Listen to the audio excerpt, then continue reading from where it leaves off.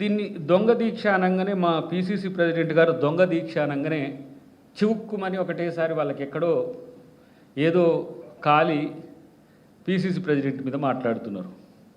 మరి PCC president ఈ రోజున్నంత senior నాయకుడిగానో లేకపోతే ఆ రోజు మీరు గుర్తించేంత నాయకుడిగా లేకపోయినా ఆ రోజు వారు చిన్నారెడ్డి గారి నేతృత్వంలో 40 మంది ఎమ్మెల్యేలతో సంతకాలు సేకరించి నిరంజన్ గారు వాళ్ళు ఒక కోఆర్డినేట్ చేసి సోనియా గాంధీ మన్మోహన్ సింగ్ గారు మీటింగ్లో క్రియాశీలక పాత్ర పోషించింది మీకు తెలియదు.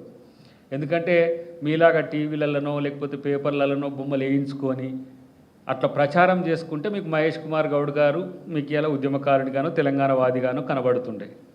కానీ ఒక బీసీ బిడ్డ ఆ రోజు చేసిన ప్రయత్నం మీరు తెలుసుకోలేకనో మీ అజ్ఞానంతో కానీ ఆయన నిజామాబాద్లో ఉండి వారు సహకరించిన తీరు మీ నిజామాబాద్లోకి సంబంధించిన మీ నాయకులు ఎవరినన్నా అడిగితే తెలుస్తుంది. ఊకనే అవాకులు చెవాకులు పేలకుండా ఆయన ఉద్యమంలో ఏడ ఉన్నాడు, ఇల్లే ఉద్యమంలో ఉన్నట్టు. మరి కేటీఆర్ అంటే కేసీఆర్ కొడుకు కాబట్టి ఎక్కడికంటే అక్కడికి పోయి తీసుకుపోయి టీవీలలో ముందు నిలబెట్టి లేకపోతే ఎక్కడన్నా ఉద్యోగ సంఘాలు విద్యార్థి సంఘాలు చేస్తే అక్కడికి ఈయన గెస్ట్గా పోకుండా ఆయన గెస్ట్గా పంపించింది కాబట్టి కేటీఆర్ తెలిసిండేమో. అక్కడి నుంచి అమెరికా నుంచి రాగానే తీసుకొచ్చి ఇక్కడ ఎమ్మెల్యే టికెట్ ఇచ్చి నిలబెట్టినట్టు మరి బీసీ బిడ్డకు ఆ రోజు రాలే. కాంగ్రెస్ పార్టీ ఈరోజు గుర్తించి తనకు ఎమ్మెల్సీ ఇవ్వడం కాదు, ఒక క్రియాశీలకమైన టీపీసీ చీఫ్ పదవి ఇచ్చిన పరిస్థితి ఉన్నది. కానీ ఆయన కొడుకే ఎమ్మెల్యే ఇచ్చుకున్న ఆయన కొడుకే ఇప్పుడు మళ్ళీ వర్కింగ్ ప్రెసిడెంట్, ఆయన కొడుకే జాతీయ వర్కింగ్ ప్రెసిడెంట్, ఆయన కొడుకే అంతర్జాతీయ వర్కింగ్ ప్రెసిడెంట్ కూడా కేటీఆర్. ఎందుకంటే వాళ్ళది ఇక కుటుంబాన్ని దాటిపోదు కాబట్టి. కానీ మా దాంట్లో ఒక బీసీ బిడ్డకు అవకాశం రావాలంటే ఎన్ని కష్టాలు పడాలనో అది మహేష్ కుమార్ గౌడ్ గారిని చూస్తే మీకు అర్థమవుతుంది. అయితే ఇక ఆయన వల్లనే వచ్చింది, అసలు కేసీఆర్ లేకపోతే తెలంగాణ లేదు అని చెప్తున్న పరిస్థితి నాకు కొంచెం నవ్వు వస్తుంది. మీరు సాగరహారం రోజు కేసీఆర్ కేటీఆర్ ఎక్కడుండో చెప్పగలుగుతారా? మళ్ళీ రీఇటరేట్ చేస్తున్నా, సాగరహారం ఆ రోజు సెప్టెంబర్ 30వ తారీఖు నాడు సాగరహారం అనేది Telangana joint action committee Kodandaram గారి నేతృత్వంలో మీరు దాన్ని తిరస్కరించిన, మీరు కాంగ్రెస్ పార్టీలో మేము విలీనం చేస్తామని నెల రోజుల పైచిలకు ఢిల్లీలో ఉండి మంతనాలు చేస్తున్న క్రమంలో మిమ్మల్ని కనీసం కాంగ్రెస్ పార్టీ పట్టించుకోలేదు. ఎందుకంటే అవకాశవాద రాజకీయాల కోసమని.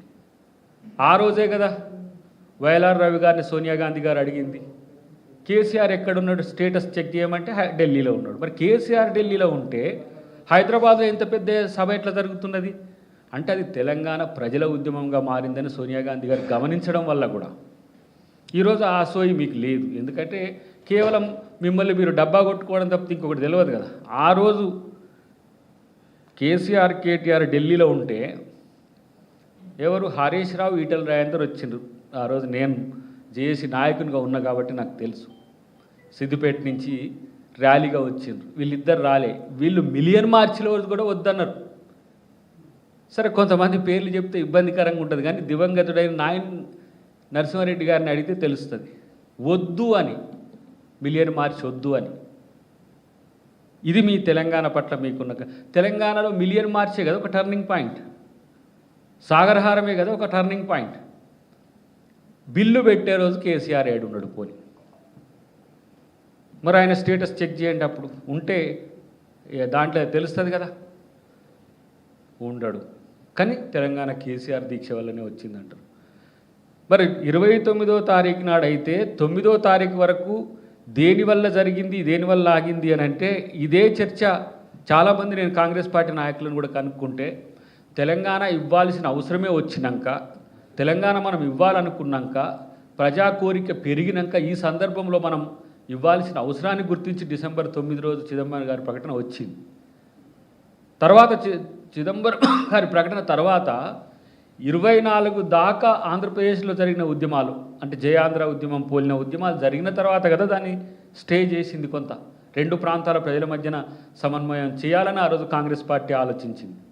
కానీ ఈయన అవకాశవాద రాజకీయం ఉద్యమం నేనే చేసింది అంటాడు. కరీంనగర్ డిక్లరేషన్లో 100 ఎమ్మెల్యేలు 15 ఎంపీలు గెలిస్తే తెలంగాణ వస్తుందని నువ్వు పోయిన